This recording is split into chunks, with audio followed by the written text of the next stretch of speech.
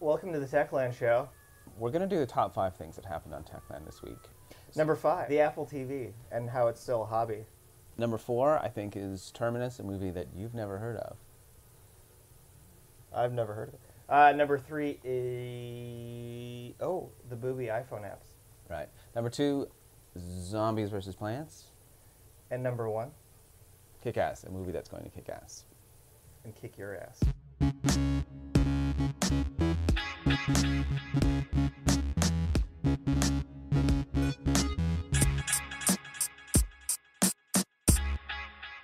Well, welcome to the Techland show. I'm your co-host, Peter Hoff. And I'm your co-host, LEV GROSSMAN. We're going to do something a little bit different this week, which is we're going to talk about the top 5 things that happened those bastards just did on Techland this week. Tim Cook at the Goldman Sachs Tech Conference referred to the Apple TV as a hobby once again. Which I find interesting because, you know, Apple made a really good product with Apple TV, and they tried to create a niche, and they failed, and usually they back off when they do that. But Apple TV, they've hung fire with, a little bit like the Mac Mini, and it's sort of a cult success. And I think they actually believe, you know, they can make this work. They haven't even really refreshed it. No. The funny thing about it is I think they're right. They're going with their gut on this one. Yeah. Yeah, but what are they waiting for? I think they're waiting for people to they're waiting for watching video from online sources to become more of a mainstream phenomenon. Now, I only watch video from online sources. I don't have a TV. For me and my household, Apple TV is like not a bad solution. And I think the day will come when I actually buy it, and I hope they're still selling it.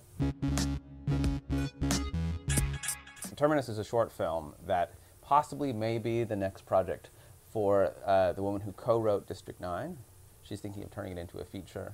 District 9 was a short feature. Right. It was up on YouTube. Terminus is this kind of weird, surreal, Kafkaesque existential story about a guy who's stalked by a kind of robot-like being made out of cement. It's really creepy. The kids will like it, I think. I don't know.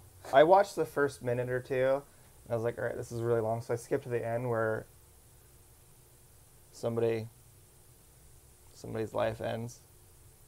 The thing just comes up to him like this and just looks at him. He does a little dance. And he starts doing does a little dance like that. See how creepy that is? Yes. I'm just going to do this all day, and you'll get a sense of what that man went through. Please don't. Booby iPhone apps. You want to take that one? So Apple pulled most of the explicit, sort of X-rated type of apps off the App Store. What are the reasons for them doing that? There were quite a few women and parents complaining that their kids could easily access scantily clad women on their iPhones and iPod Touches. Thus throwing them back onto the squeaky clean internet. Right, where you never get any of that kind of stuff. Was this stuff, were the apps actually explicit, or were they just sort of like soft R-rated? I mean, the extent was, you know, girls in bikinis and stuff, and they may have been topless. That's it? Yeah. Who would buy that? A lot of people. Have they not heard of free online pornography? Well, here's the thing. I think Apple should release a tutorial just letting them know, you know, how to actually find that stuff. Using mobile Safari. Zombies versus Plants. Oh yeah, this is an incredible game, in my opinion. I love it. I was playing it last night. The top game, I think the top app on the App Store right now is Zombies versus Plants, which was a surprise to me. I only heard about it last week, and it's a game from PopCap, the people who destroyed the Earth by making Bejeweled. And it's a game in which you plant plants in your garden, and those plants attack zombies who are swarming your house. It's basically a fairly simple tower defense type game. You know who my favorite mushroom is, though? Which one? You have to say yours. My favorite mushroom is the guy who eats gravestones. You just plop him on a gravestone, and he goes, "Grah, oh, he's pretty rad. Yeah, I like that animation a lot. Actually, you know what I like?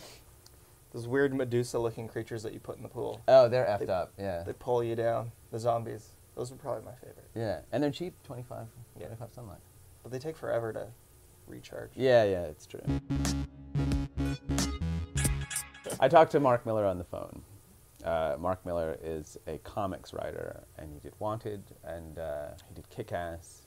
He's a Scottish dude, so at first you have no idea what he's saying, Right. but then you kind of get your train spotting ears on, and you start to process what he's saying, and he's incredibly funny and nice. It was great. It was great talking to him. And Kick-Ass, I still haven't seen it, but it just looks better and better.